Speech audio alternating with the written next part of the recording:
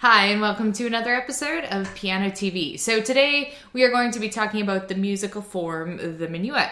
So in the olden days of music, there wasn't really like a verse-chorus thing that you hear all the time on the radio nowadays. Back then they took other dances and adapted them to music, and they each had their own kind of different forms and stuff. So like minuets and waltzes and courants and just things like that were standard forms back in the day. But I'm already rambling. We haven't even begun. So let's get into it. Information on the minuet.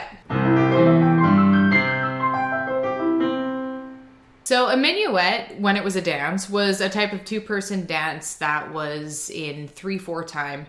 And so the time signature was 3/4. The tempo, moderate, not too fast, not too slow. And it usually has like a very light sound to it. And the minuet originated in 17th century France. So the word menuet, apparently menu means small. So this dance was all about like little teeny tiny graceful movements and stuff. And as piano players, we're probably not going to be dancing the minuet unless you feel inclined to do that, and power to you if you do. But it's important to keep these things in mind because it does influence how we're going to play it. So since minuets are light and little and delicate, we're not going to play it like super clangy and really aggressive. So just things to keep in mind. So a minuet is a dance, kind of like we talked about with the little teeny tiny movements, but it's also a musical form. In the Baroque and classical eras, the minuet evolved not just being a dance form, but also into just like a pure instrumental genre where people didn't even dance to them anymore. So we're going to be focusing on the latter because this is a music piano channel, not a dance channel. So for your listening pleasure, I want to first show you an example of one of the most famous keyboard minuets, which is Minuet in G by Johann Sebastian Bach from his Anna Magdalena notebook. Anna Magdalena was his wife, so he wrote a book for her, and this is where it's from. So I want you to listen to some of the things we talked about. Listen to the light sound, the moderate tempo, and the 3/4 time signature. See if you can identify those elements.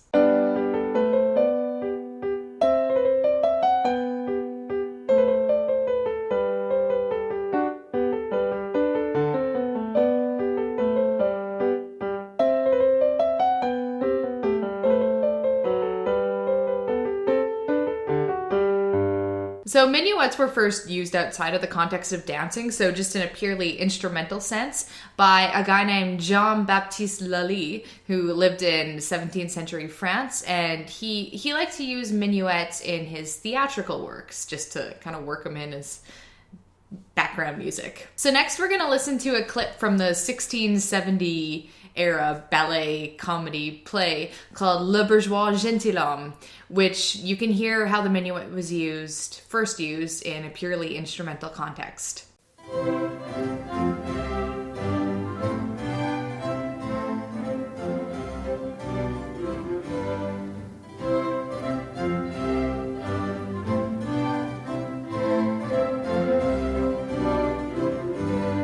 Later on in the 17th century, the minuet was absorbed by the new musical genre called the suite, S-U-I-T-E, not like so sweet, the dance form. So basically what a dance suite was a collection of a bunch of different dance pieces in a specific key. And they were popularized by composers like Frederick Handel and Johann Sebastian Bach.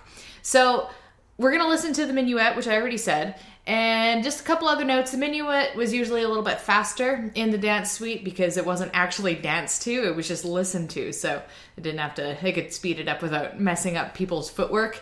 And Italian minuets were especially even a little bit faster than that. So now I want you to listen to an example from Bach's French Suite No. 2 in C minor, and you can hear how it was meant for listening as opposed to dancing. And it's also in a minor key because I had to throw a minor key piece in here somewhere for the darkness.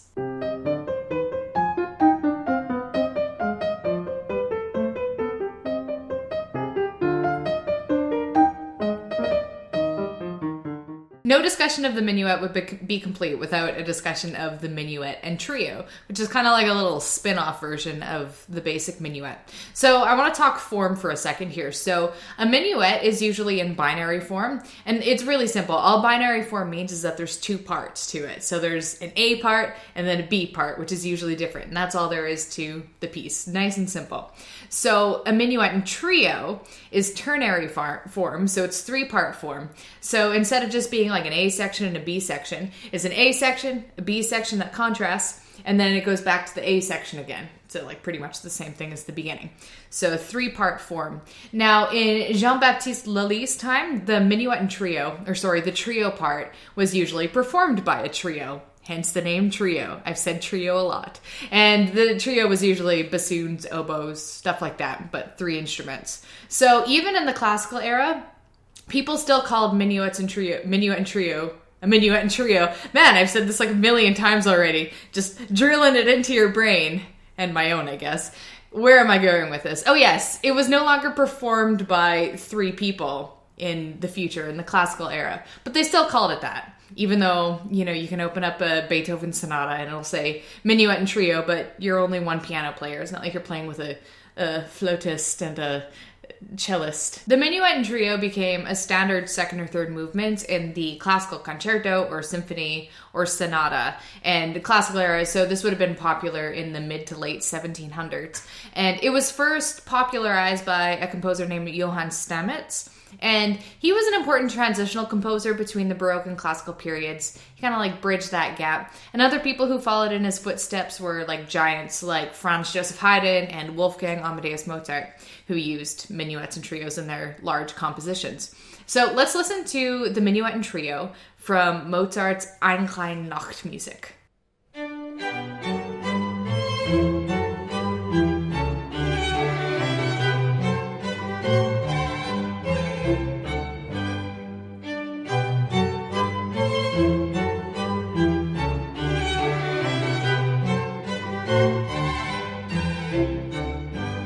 Music is always in a state of flux and evolution. So by the end of the 18th century, the minuet and trio started evolving into something that was faster and livelier, thanks to guys you might have heard of, like Ludwig van Beethoven.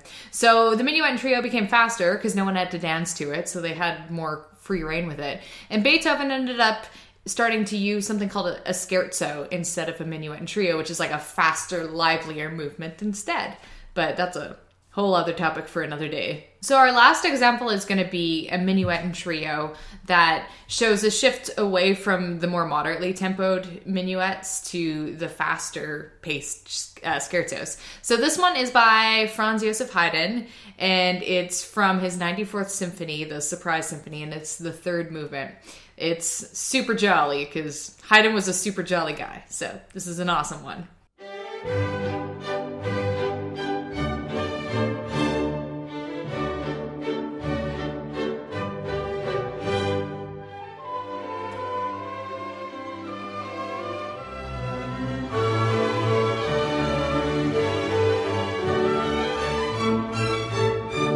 And that concludes our fairly brief overview type discussion of the minuet today. So hopefully the next time you open one of your books and you see something titled a minuet, it's not just like this super abstract concept. You're like, what's a minuet? What does that mean? Hopefully it'll help you bring more context to the piece when you play and you have a better idea of how they're intended to be performed.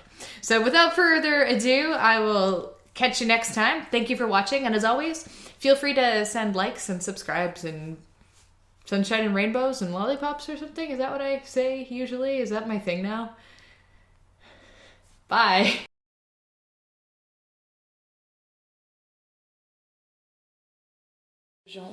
Jean-Baptiste Lully.